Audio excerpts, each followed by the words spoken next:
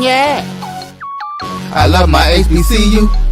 And boy, I love it, love it. I love it, love it. I love my HBCU. And man, I hope my team they won. Yeah. I hope my team they won. Yeah. Man. I hope my team they won. Yeah. I hope my team they won. Yeah. I tune into the HBCU Sports Lab to see if my team won or lost. If they lost, I'm quiet as a mouse. But if they won, keep tab. I'ma do the dab, yeah. Dr. Cavil, he know what he be talking about. Mike and Charles, they know what they be talking about. They compress the analytic data with this hip hop. If you know them like I know them, they gon' tell you if your team, if they won or lost, and who the ball. So listen to Professor, yes sir, and pay attention, cause he gon' teach a lesson. This is Dr. Cavil with Inside the HBCU Sports Lab with Mike Washington and Charles Bishop. Early morning. We got an early flight, so we decided we get on here and give you an update. Make sure you got your show. So we'll do just that. Welcome to episode 696 of Inside the HBCU Sports Lab radio show and podcast, the show that's covering the sporting HBCU for all things HBCU sports for institutions large and small. From the NAIA to the NCAA, we share insights and information on the HBCU sports culture, HBCU athletic aesthetics to facilitate the story of HBCU programs in the business of HBCU sports. In short, we call it the HBCU sports pedagogy. I'm your host, Dr. Kenyatta Cavil, along with my co-host. The team is back together again, like Washington Charles Bishop. We're filming from our home studios and sending the signal line, Case-Way 1230 AM studios with the Texas Radio Hall of Fame. Well, not really. But we'll give a shout out to Ralph Cooper to give him some love, multi-Hall of Famer. And we are shooting from our hotel room and or lobby. Give a shout out to Texas Southern University, where we're getting back to Houston, Texas, after a very busy and full day, if you would, in Atlanta, Georgia. With that being said, Charles, how you doing today? Doing well, Doc. Doing well. Up early. Got to get a little bit more coffee in me. Yeah, looking forward. We had a great time here in Atlanta. Looking forward to getting back and getting back to the swing of things back at home. Mike, how you doing? Man, I'm good. I'm looking at that hat you got. I am so alpha five for down. You like my head? I just go ahead. Man, that hat just threw me off. I'm sorry. I got to take another sip of coffee on that one. But is that just coffee? It's just throwing me. I'm sorry, throwing my sway off this morning. But other than that, doing good, man. Get like Charles said, I'm getting my coffee in. Had a great evening, exciting football, and about to head back to H-Town. Yeah, we fought through the weather, little sprinkles here and there, but really what could be considered in prayers for all those that the hurricane weather will be affecting. But for us, we just got a cloudy day, but in terms of the temperature, that evening it wasn't bad, and we had some pretty good football that was played for a majority of the game. And in fact, we'll kind of kick it off right there, give you an update. As you know by now, the Cricket MEAC SWAC Challenge, which was kicked off, was played on ABC, a part of ESPN events. It was on ESPN Plus, ESPN Deportes at the Center Park Stadium in Atlanta, Georgia. I had number 3, North Carolina Central Eagles, coming in this matchup versus number 4, Southern Jaguars. MEAC SWAC matchup, as you know. The final score was 31-14 with the Eagles getting it done. Both of y'all during our pregame analysis, when I asked you all to give a pick, said that North Carolina Central would get it done. So let me first say kudos to you all for making the call. What was the score that you had, Charles? The score I had was 2017. I had it much closer. Good stuff. Mike, what did you have? Yeah, I also had it close. I think I had 24-18, something like that. Yeah, 24-18. Yeah, as you got into it, that first half was, at least in terms of the closeness of the game, was really good. Southern essentially had 2 huge plays, long runs, one by the quarterback, one by the running back. and it seemed like North Carolina Central pretty much carried the tempo of that first half, putting up some big points. They had a drive that they got all 13 drives. It really kind of made a statement at the beginning of the game that they got in and got the touchdown. But as we said, Southern came right back, had the long run after a couple of plays and got in touchdown, scored at 7-7. Looked like North Carolina Central was going to show that they were going to be able to run the ball consistently. And they went all the way down to essentially what the 3-yard line. On a play, they got into the 1st-yard line. It was question, bang, bang. One look, maybe you thought it was a touchdown. Other look, obviously, it looked like a fumble. And it was called a fumble, recovered in the end zone. So Southern took over the ball at the 7. They obviously went to instant replay. On the replay, it pretty much was clear. When you first saw it from one angle, though, you was like, oh, yeah, this is going to be overturned. Central will get a chance to make a decision on 4th down to go for it or kick a field goal on the 1-yard line. It was clearly shown from the other angle that they got it right. It was a fumble recovered by Southern. They gave them a little more life. Kind of went back and forth, got a chance to make some plays. Got in the end zone, put it up if you would.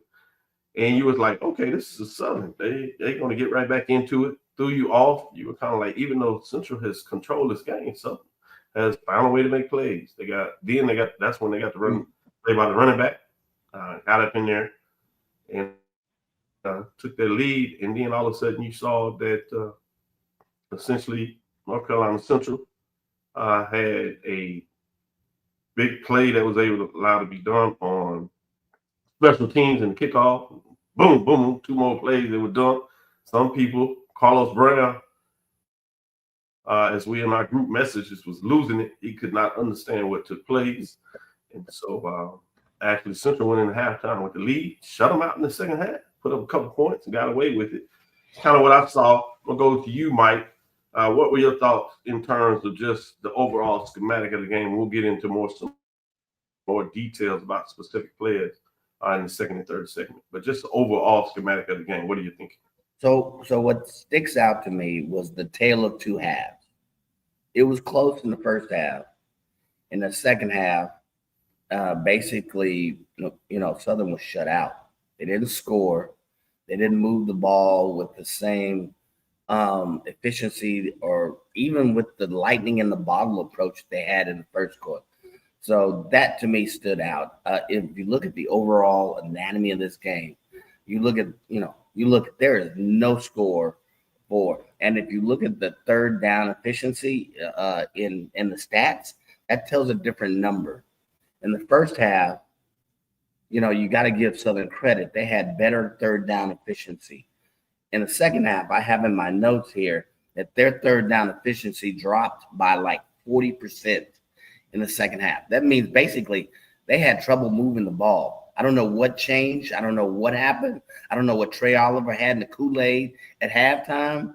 I don't know what he put in the Gatorade. I don't know if he intravenously injected the players with some get on your stuff, whatever. But something changed. Watching them Prairie View videos, the area code down there at Prairie View, talking about intravenously.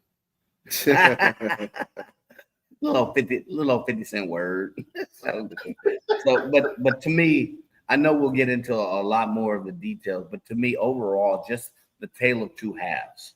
And then, minus the lightning in the bottle in the first half, they were Southern was shut down for the most part, defensive, defensively by the Eagles in the second half. Mike, as I kind of gave my framework of the game, not play by play, but just overall some big plays that were in the game. What were your thoughts in terms of how I saw it? I'm sorry, repeat it. I'm sorry. That was for Charles. I was asking. That was my framework of the game. So I was going back to you, Charles, kind of like Mike did. What were your thoughts in terms of how I visualized the game in terms of some key plays? Particularly, Doc, I think this game really turned right before halftime. And you go back, Southern had a big play. They had momentum. All of a sudden, it's 14-10, and inexplicably they pooch kicked it. Yeah, and it set up North Carolina Central with great field position, and it was a quick touchdown. So all of a sudden it's 17-14. You come back out after halftime. Southern goes 3 and out. They shank a punt, and North Carolina Central is able to get great field position. They go right in and score, and 24-14. That was kind of the ball game right there. You had some explosive plays there in the first half, but just in that period of time, right before halftime, 3 and out after halftime, and a shank punt, North Carolina Central goes in quickly, and that's the ball game right there. And you never sort of felt the sense last night that Southern could stop North Carolina Central's running game. Yep. We'll stay with you on terms of the running game. Throughout the game, we tend to sit, in the seats next to each other in the press box and give some updates.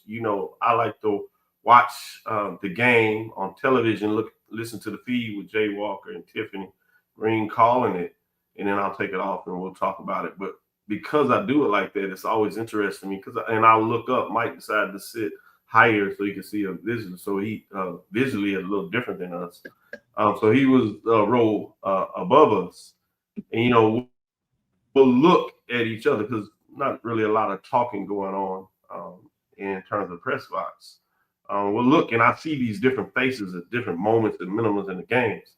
So a lot of it was to me in that first half, specifically when it was close, but you saw Central ability to control so much of the game, particularly in running the ball. Give me a little more in terms of you talked about how effective they were against Southern in terms of running the ball, and how and Trey even said this in the press conference post game, was Givens, how they found a way to neutralize. You said before the game, I asked about chipping and all these things and how you would run, but you would see Givens on different sides of the ball. Tell us a little more in terms of Central, in this case, ability to run the ball and how they were able to maybe neutralize Givens in the process. Yeah, I think it was big, and I think you saw from a time of possession standpoint. I mean, North Carolina Central dominated the time of possession, and they were able to really, with that veteran offensive line, really control the flow of the game. And that was the thing that really jumped out. I said going into the game that was going to be the matchup. The matchup was going to be in the trenches because they brought back, and Coach Oliver talked about it last night, 4 starters back along the offensive line. And you saw very early on, opening drive, I think was a tone setter in that they were able to, like Hank Stram, matriculate the ball downfield. And very little pushback, so I thought that was where the game was won last night with regards to North Carolina Central. Yeoman's work with that offensive line up front. Charles Martin kind of summed it up there in terms of Southern couldn't move the rock, stop the run, played the DBs too far off, which hurt Givens. North Carolina Central's 3-step drop ball is gone. I'm asking you from that framework, Mike. You on board with Charles Martin, or did you see something a little different? I think I heard y'all say that, and even in part of your questions, Mike. I think Charles Martin summed it up. I mean, really, you look 8.3 yards per rush. That's what NCCU averaged. Christian Mosley averaged 11.3 yards per carry. And you heard Coach Trey Oliver talk about packages, schemes for Givens. And no matter what they could do, Southern just could not. They were running up the interior. They hitting the side ends.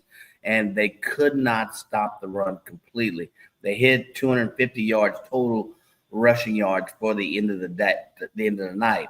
And to me, when you control that line of scrimmage, you kind of control the flow of the game.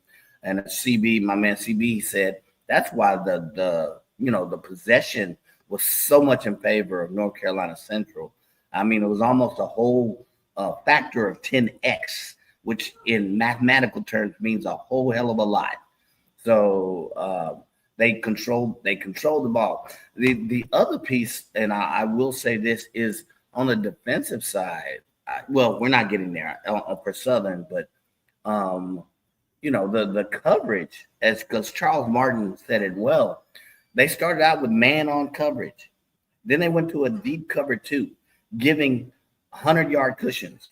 Okay, they weren't 100-yard cushions, but they might as well have been 100-yard cushions. So that to me tells the tape, because when the Eagles passed the ball, they were simple 7, 8, 9, 10-yard outs.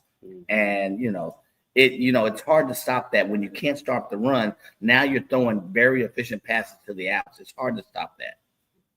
Yeah, I agree. Good point. Let's take our first break and come back on the other side, get a little more analysis into this game. And we'll start looking at, as you alluded to, in terms of Southern's defense.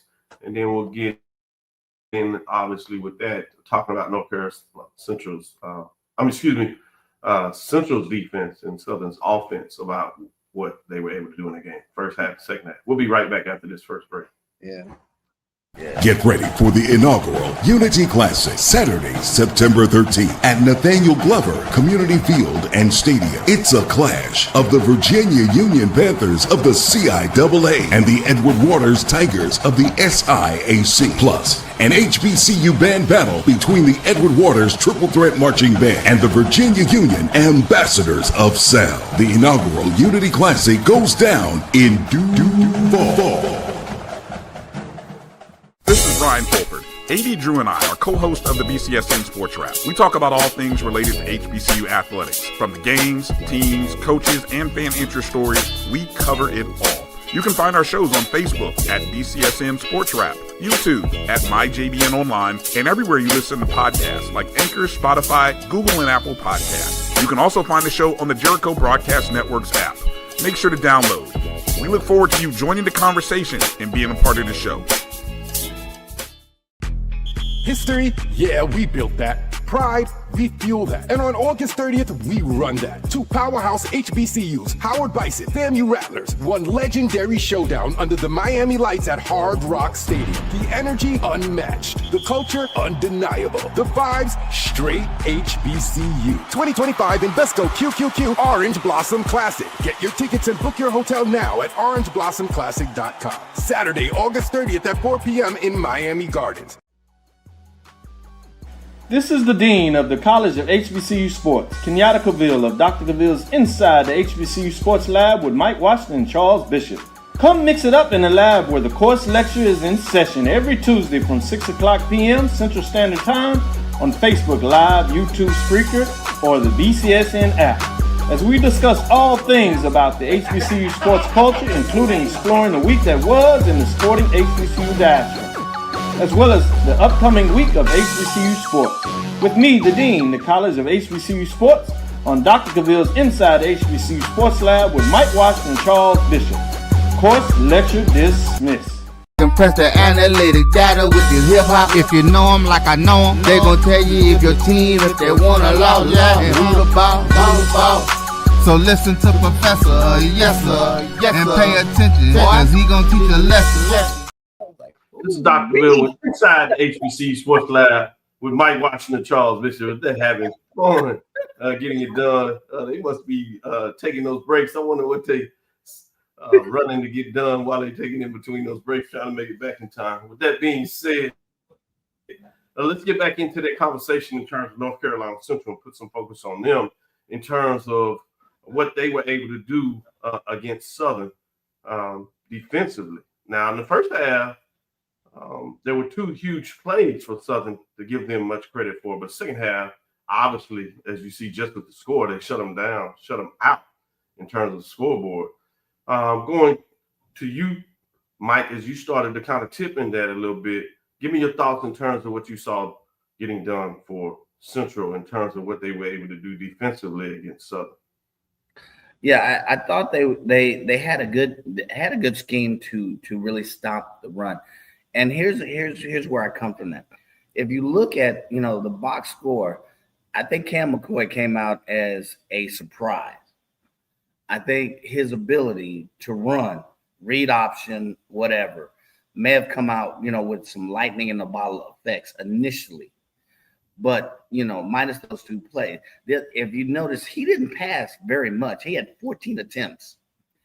and their defense was able to then neutralize minus those 2 big runs.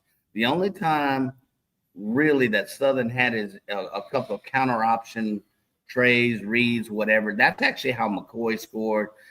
They had some poor tackling, discipline issues, but for the most part, and I won't get into those details, they held them to like 6 yards per.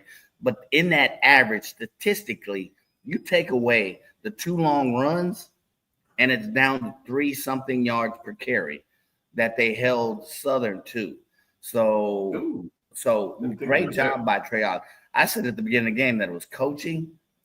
He tuned that up, whatever. Cam McCoy is at least as advertised on the run side. We really didn't see. He only passed 14 times. That's it, or 14 attempts. So, for the most part, they, minus the poor tackling, whatever, in the second half, they were able to neutralize the run. That made them, to me, at times seemingly one-dimensional. Yeah, you hear them living by the mantra, culture over scheme. And when you talk about alluding to that with his coaching ability, there's also a part of that to me in terms of how he motivates. But with that being said, Charles, let me get your framework of what you saw within the game from North Carolina Central's defensive perspective. Well, I mean, even I think a bigger picture to that is, we talked about Southern not being able to stop the run, but it's enough blame to go around. I mean, everybody is going to have a long session, in film this upcoming week. I mean, I had some issues with, to be very honest with you, the game management from the coaching staff. There were, I alluded to the pooch punt prior to halftime. We saw 12 men on the field coming out of a timeout. They didn't really take a chance, going into halftime, in terms of some of the play calling there. So yeah, they really did become one-dimensional. But we find out a little bit later on there might have been some disciplinary issues as to why the name starter did not start. So there was just a lot going on for Southern yesterday, and you look back at it, and I think the big thing that I really kind of take away, and Coach Graves said it in the post-game press, a lot of things are correctable, but there are enough red flags to really kind of stop you in your tracks this morning. Like, wait a second, man. I know if you're a Jaguar fan this morning, you kind of feel like it's the same thing over and over and over and over again. So we'll see kind of what happens from there. Yeah, it'll be interesting when you start looking at that matchup next week. It'll tell a lot in terms of Southern being the push. We also discussed, about, how big a win for this game would be. Also, what would a good loss look like? And alluding to in a lot of ways, Southern lost, obviously, but it even looked like a good loss in terms of what we were hearing from some folks out there. I want to give you another one of these breakdowns I see here. The Eagles had 409 yards of offense with 234 yards on their first 3 series, telling you in a lot of ways how they controlled the tempo of that game. So it was a weird game to kind of watch in that first half in terms of just the momentum plays, but you saw something there. I want to get into a little bit about this in terms of specifically Trey Oliver. He fascinates me in terms of how he is prepared to get his teams up for big games. Question came up in terms of what is his record in Atlanta? He said, well, it's beyond that. We like to play anybody, anywhere, classics. And he named a couple of classes where they got some big wins. My point here is to look at his ability to utilize, oftentimes the media focuses on some of these games, classics, and how subplots and lines came out of there. And I teased him at the game. He said, man, what did you think? I told you. Well, Givens, everybody was talking about Givens. What did we do to him? What we ever do? And he said, I'm not saying he ain't a good player, but we can scheme. We can get it done. We can coach it. But it's fascinating the way he's able to motivate his teams and put a boogeyman out there. If you would, Charles. Talk a little bit about that, how he takes what we say on these shows, media interviews, even if you are finding a way to give them credit, we picked them both. We talked about some of the concerns of Southern, other than if he was watching Carlos Brown's show, which you would have thought, obviously you would think that Carlos Brown Southern folks is going to find a way to talk about how he thinks Southern can do well. But he takes all that little stuff out there and he goes to town on it, Charles. I joke about it all the time. He finds the slightest morsel of something, and he can't wait to use that as a motivational piece. Like you said, like some of our conservative around the country, they find that boogeyman. So Trey Oliver, he finds the boogeyman. It was Kelby Givens yesterday. He was like, wait a second. I got a couple of offensive tackles. They can neutralize him. He is a masterful at playing up whatever the talking point is that they can't do, and he utilizes it to no end to motivate his team. I got to get to one of his practices to see what he's saying in terms of practice. Certainly, a pregame speech would be fascinating to hear. Charles, Mike, when you think about that, if you'll touch on that a little bit, but I also want to give the point he made in terms of his offensive line. Early in the season, to have an offensive line, plus the quarterback that has some maturity, didn't necessarily throw it around, but understood what his limitations were, very cerebral about, not doing too much and taking advantage, particularly, I guess, when he saw what they could do. Basically, 5 linemen coming back, he made the statement, Coach Oliver, that it was 4 of them that started. It was just the week before that one of them played so well that they decided to make the switch. But talk about the success and the focus on the offensive line allowing Central to do what it did. Yeah. Mike? So you mean the offensive line? Yeah. And their performance? Yes. Yes. Well, I think, to be honest, you can talk about that in terms of Coach Oliver, in terms of, as I asked Charles, his motivational tactics in bringing it out. Yeah. Well, I got 2 or 3 key points. I said, going into the game yesterday, I said, remember you asked myself and CB, how would you handle Givens? And somebody said, I think a couple of us said we chip him.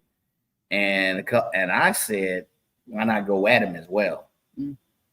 So my take in it is that the kind of personality that Coach Oliver is, as you just mentioned, the way the game was played, he challenged the O lineman.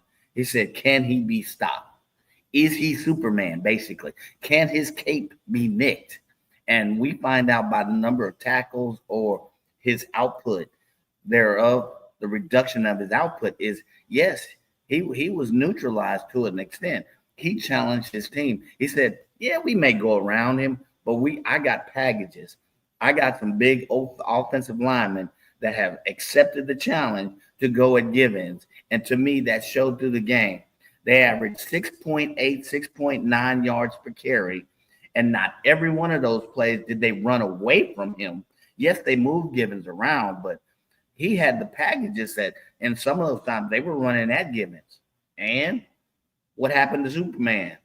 So I think that goes into his motivation of his players and his preparation for a game. You're right. He does find every niche, every tool, whatever. But I think he kind of goes, to me, on the opposite side of Evan Flo. Where everybody else had nick him, run away from him, he had packages said, if he's there, we'll run at him. If he's not there, we'll run away from him. And I think that goes, yes, to the offensive lineman and their acceptance of the challenge, but to Coach Oliver, to his credit, his ability to motivate his players. And give Walker Harris credit. He got the ball out of his hands yesterday, and we talked about it. Southern was giving him the cushion on the outer boundary there, but he did a great job of just moving the ball. I mean, even when he was pressured, he'd step up and run, and that was another element of putting pressure on Southern's defense yesterday. And I take my hat off. It was a great game plan that North Carolina Central put together. Yeah, Dr. John Thornton and Dr. Israel. They're having a little fun this morning. Jeff Roberts, shout out to the lab listeners getting on here. The fans out there giving us love in terms of what they do. Let's take our second break. We'll come back on the other side. I want to talk a little bit about a poll. We'll look at the poll. But in this framework, I want to see your thoughts in terms of how far you would have dropped Southern. So I want you to think about that a little bit from that perspective.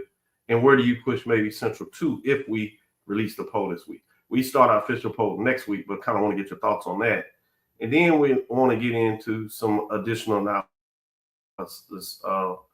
this game outside of that. And then the final segment, we'll get in your thoughts in terms of what's next. How will other teams maybe looking at this game? What are your thoughts in terms of SWAC teams, MEAC teams looking at the MEAC? I want to kind of get your thoughts in that final segment on that. We'll be right back after this second break. We'll come back on the other side and get right back into it.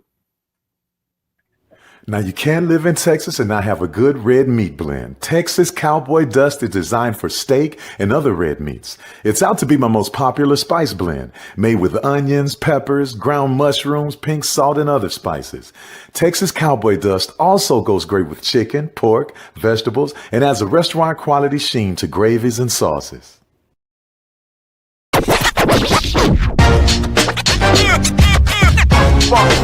It's like a loop machine. Going around town, trying to get down. Vanilla smoked sea salt seasoning is for seafood. The tarragon and fennel bring out the natural sweetness in seafood. I also use it in rice dishes, on yams, asparagus, blueberry pancakes, and believe it or not, chocolate chip cookies. Vanilla smoked sea salt adds a salty and savory component to sweet dishes that create a symphony for the tongue. Get ready for the inaugural Unity Classic, Saturday, September 13th at Nathaniel Glover Community Field and Stadium. It's a clash of the Virginia Union Panthers of the CIAA and the Edward Waters Tigers of the SIAC. Plus, an HBCU band battle between the Edward Waters Triple Threat Marching Band and the Virginia Union Ambassadors of Sound. The inaugural Unity Classic goes down in Duval. History? Yeah, we built that. Pride? We fuel that. And on August 30th, we run that. Two powerhouse HBCUs, Howard Bison, FAMU Rattlers, one legendary showdown under the Miami lights at Hard Rock Stadium. The energy unmatched. The culture undeniable. The vibes straight HBCU. 2025 Invesco QQQ Orange Blossom Classic. Get your tickets and book your hotel now at orangeblossomclassic.com. Saturday, August 30th at 4 p.m. in Miami Gardens. Compress the analytic data with your hip hop. If you know them like I know them, they gon' tell you if your team, if they wanna lose, and who the ball. So listen to Professor, yes sir, and pay attention, cause he gon' teach a lesson. This is Dr. Bill inside the HBCU Sports Lab. Like I said, I want to get a little bit in terms of the poll talk. But before we do that, attendance at the game was announced just over 16,000. But you think about it being on ABC, ESPN Plus, so you talk about millions likely of viewers, and compared to the other game, you'll get that official notification like Tuesday or Wednesday in terms of what that looks like. But thinking about it from that perspective, because I could imagine some folks may have been a little concerned about the attendance. Obviously, the weather, a lot of things likely had something to do with that.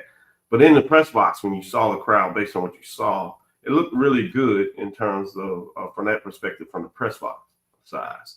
But when you put that together and you add in the combination of what you're able to do for your total audience, if you would, including your fans at the game and those that are viewing it, Mike, what are your thoughts on that? Yeah, I would even throw, if you'll allow me, a third factor in. You put that, what we saw in the audience, you put that number, out there. Was it 2 million? You hope, give or take, viewership. But compare that to what other games may have gotten during the season. Compare that to what other games got yesterday or didn't get. That's a huge factor. Just think the magnitude of that, millions and millions of viewers looking at this game, kicking off the 2024 it is an HBCU event that is tremendous. That tells you something bigger than football. To me, that is huge. So to me, that was the other factor. The first thing I wondered when they announced the attendance, I was like, all right, what's the viewership like? Because I had the game just like you guys on in the press box while watching it there and having the stats in front of me and, having the game. We had all of the, the technology tools. But in this day of age, the day we live where people stream a lot more, they watch a lot more, that interest, man, that to me was phenomenal. Not only what you saw at the game, but what, hopefully the numbers come out, but it looks like it looks like it's going to be a phenomenal number. So. Let me get your thoughts on that, Charles. Yeah, I mean, I think take a look at kicking off one of the first college football games of the season on ABC. I expect a good number in that regards. Like you said, I think to your point, sitting in the press box, I thought it was an even better crowd. I thought both North Carolina Central and Southern had tremendous representation there at the game. You saw the standing room only. You saw the individuals standing around the stadium. So, I'm very curious to see what the numbers will be with regards to viewership. But I think it was a great kickoff to college football season.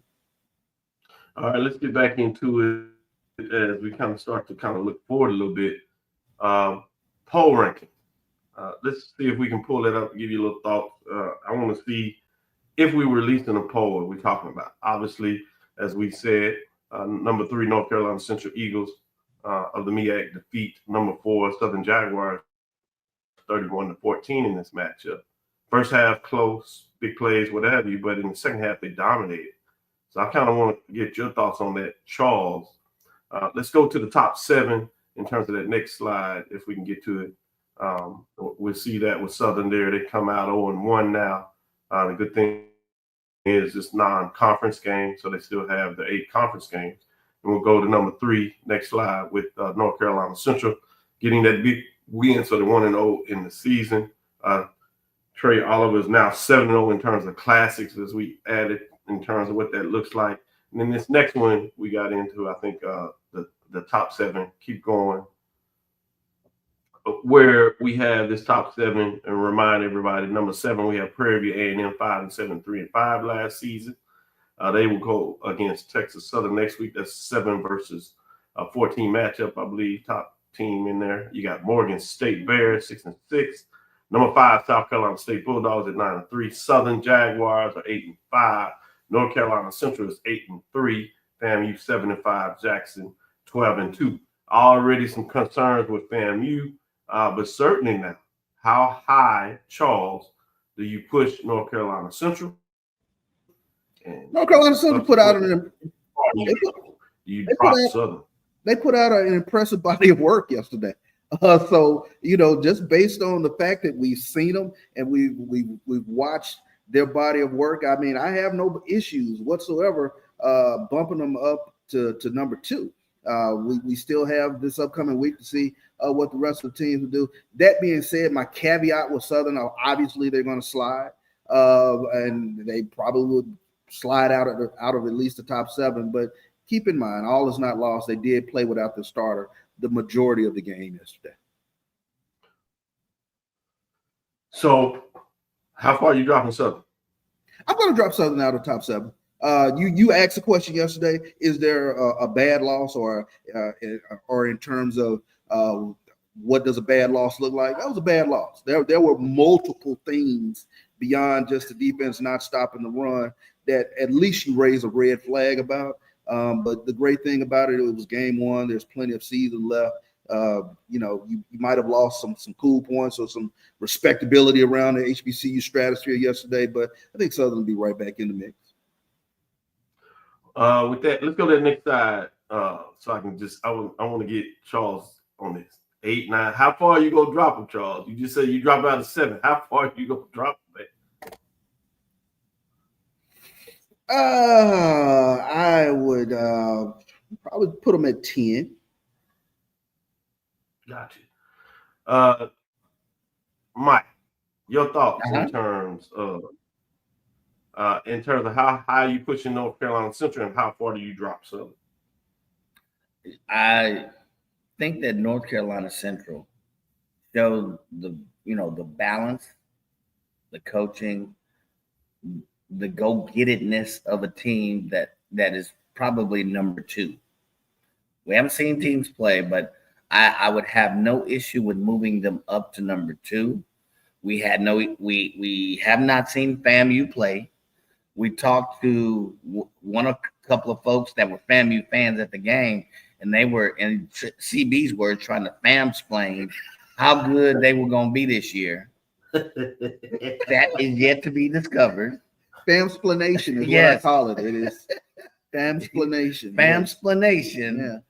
They explained it. Looking at the performance and all, that's all you have to go on. I would have no issue with moving them up to number 2. Southern, on the other hand, you asked us the question, what is the bad loss? My answer was Southern was the only team that could have a good loss. I agree 150% with CB. That was a bad loss. Had they had a decent loss, made the game close, it was not even competitive, to be honest, in the second half. You saw everybody, including Ray Charles, saw at the point at when that game became over. So had they made it competitive, I would say at least keep them in the 7, drop them down to 6 or 7. But I would agree they're an 8 or 9, barely.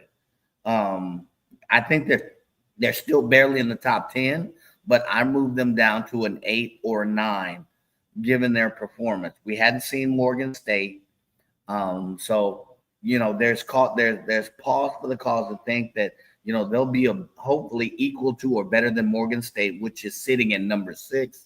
And then if you go to the next screen, I don't know if you can go to the next screen. If you look at the 8, 9, and 10, Tennessee State, Alabama State, Alabama A&M, you got an Alabama State that's going to play. So I would keep them right around that 8 or 9 range until after week 2. That's where I would drop them. Good stuff. Let's take a last break and come back on the other side and give you abbreviated thoughts in terms of the rest of the leagues, MEAC and SWAC fans, who's on the ledge, that kind of stuff. We'll do that in our last segment. We know who on the ledge.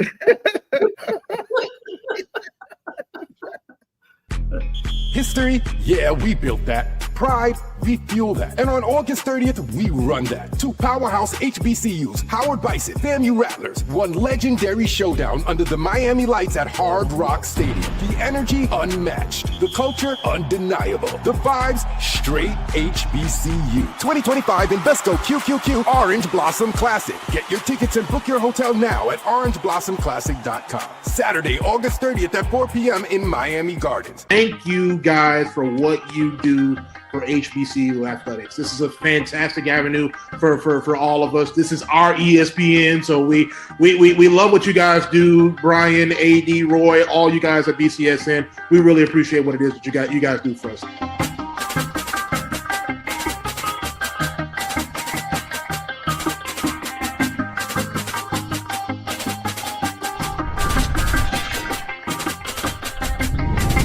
Football fans, HBCU football is back in the ATL with the Cricket MEAC SWAC Challenge Kickoff. Representing the MEAC, North Carolina Central, and representing the SWAC, Southern, Eagles, Jaguars, the Marching Sound Machine, the Human Jukebox. The kickoff trophy is up for grabs, and bragging rights are on the line. The rivalry is real. Bring the family and join us pre-game for the fun-filled Coca-Cola fan experience, including band jamborees, food, activations, and fellowship. For tickets and information, visit MEACSWACChallenge.com. As technology continues to bring changes to the world of education, it's time we also reimagine teacher professional development. Gone are the days of one-size-fits-all learning that can only be accessed at a specific time and place. The Stride PD Center is an on-demand library of mobile-friendly courses that allow educators to learn anytime and anywhere. Our dynamic courses provide bite-sized learning and help educators advance their knowledge while also gaining professional development hours. The best professional development plans are those that include a level of flexibility and choice for educators. Whether you're a teacher, school, or district, visit us today to take charge of your learning. Get ready for the inaugural Unity Classic, Saturday, September 13th at Nathaniel Glover Community Field and Stadium. It's a clash of the Virginia Union Panthers of the CIAA and the Edward Waters Tigers of the SIAC. Plus, an HBCU band battle between the Edward Waters Triple Threat Marching Band and the Virginia Union Ambassadors of Sound. The inaugural Unity Classic goes down in Duval. Press the analytic data with your hip hop. If you know them like I know them, they gon' tell you if your team, if they wanna law, and who the ball. So listen to Professor, yes sir, and pay attention, cause he gon' teach a lesson. Well, Mike says he knows who's already on the ledge, so we'll just say that. Who's on the ledge? Mike? Yes. Hey, go ahead. I can't have a ledge week one. I can raise some red flags week one, but I can't have I can't have anybody on the ledge week one. So I'll have red flags. Like I said, game management, special teams, defense and offense. That's enough red flags. So that wasn't a pretty day yesterday. Yeah. Let me go to you, Mike, on this one, since you already said who on the ledge. We won't even like man, I went down during the third quarter from the press box to get a cup of coffee to see what the fans were talking about. And besides them annoying Southern fans they had, wet them boos, wet them fans, and whatever. So, man, some of them folks were already on the ledge. I'm sorry. Some of them Southern fans were. I agree with CB. It should just be a red flag. They got some tweaks, but this is a red flag. But some of them fans, I'm telling you, this is Mike. 40 to 50% of Jaguar Nation is already on the ledge. Just listening to them fans out there cursing and talking. That's just me, but some of them fans. And you see some of Carlos Brown's tweets. I think there was a big thing, a big image of alcohol in one of his tweets, and Carlos don't even drink much. I've never seen Carlos talk like that. I've never seen Carlos like that. I was like, Carlos, come on, man. It's going to be fascinating, man. I guess maybe he'll have a chance to kind of, like you said, maybe walk off the ledge if he's there. We're not going to say he's on for Charles's perspective. But let's get back to some of the other coaches in the league in terms of the SWAC. What are your general thoughts with your coaches? What do you think in their mind what they see, particularly maybe the Western Division, Mike? That was for you, Mike. I'm sorry. I barely heard the question. So, can you repeat it one more time, Doctor? Yeah, I was just saying in terms of the coaches, even players, but more from a coaching perspective. What are you thinking after they watched this game yesterday?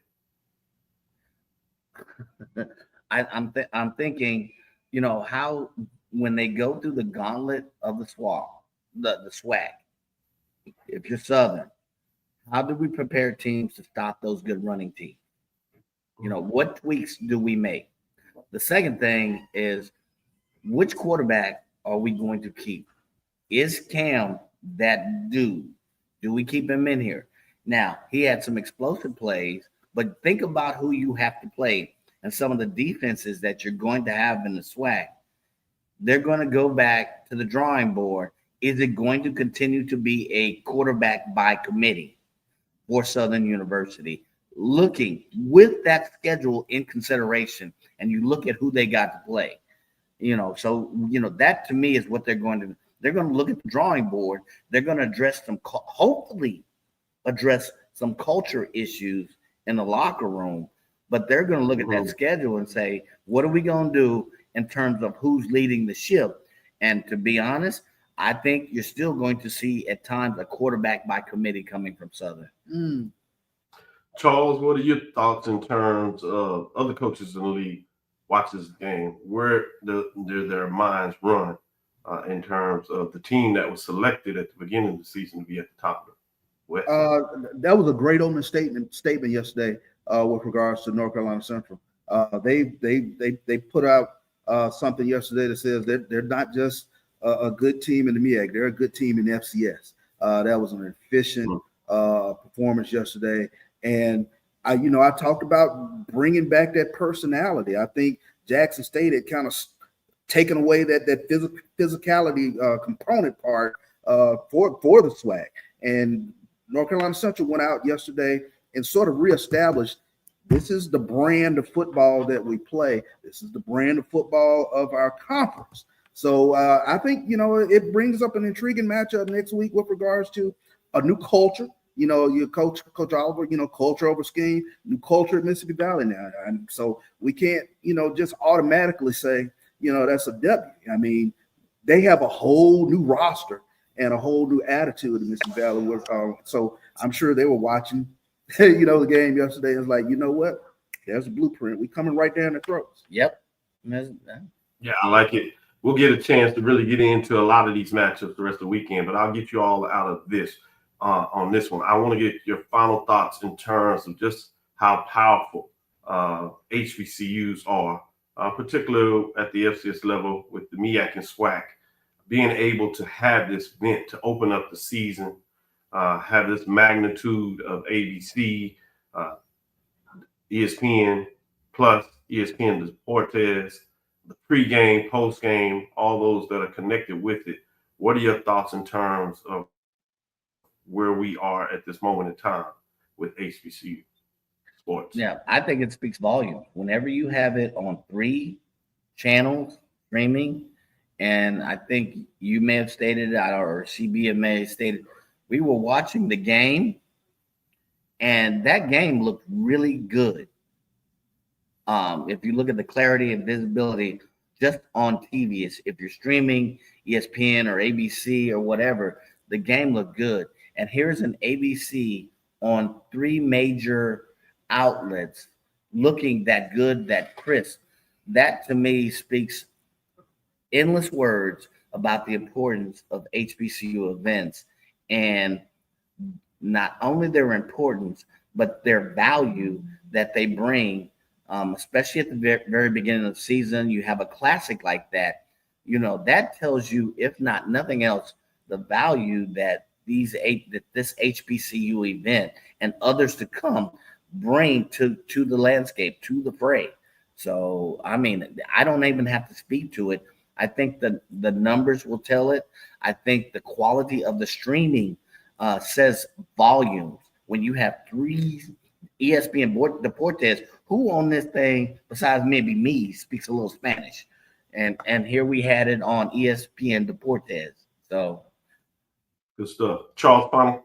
I think it speaks volumes. I think great job, John Grant, with regards to the growth of this MEAC SWAC Challenge Celebration Bowl as well. But even bigger point, you saw some great football yesterday. So there are multiple teams within the HBCU ranks, whether you're talking about Jackson State, Florida A&M, North Carolina Central, South Carolina State. There are multiple teams that can play some damn fine football. And to an even bigger point, you got some great coaches within both of these conferences talking about the SWAC and the MEAC. So I'm looking forward to a tremendous season here in 25, and I think we're in for a heck of a ride. Yeah, quality in the product was there.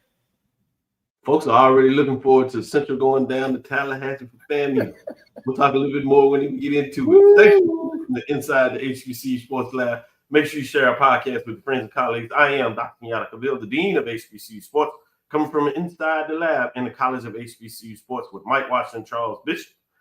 Again, we want to thank you for listening to Dr. Cavill's Inside the HBCU Sports Lab with Mike Washington, Charles Bishop every Tuesday and Thursday. We'll go back to our regular Sunday time at 9 o'clock. That's Tuesday and Thursday at 6 o'clock, and that's Central clock. That is Central Standard Time. We look forward to next week as we discuss the latest news in the lab. Follow me, Dr. Kenyatta Cavil. That's on Threads, Facebook, Instagram, TRKENYATTACAVIL. Inside the HBCU Sports Lab, 1 on Facebook, Inside the HBCU Sports Lab on YouTube. Dream big, continue to move forward. We will talk with you soon. Charles? Of course. Mike? Lecture. Dismissed. All right.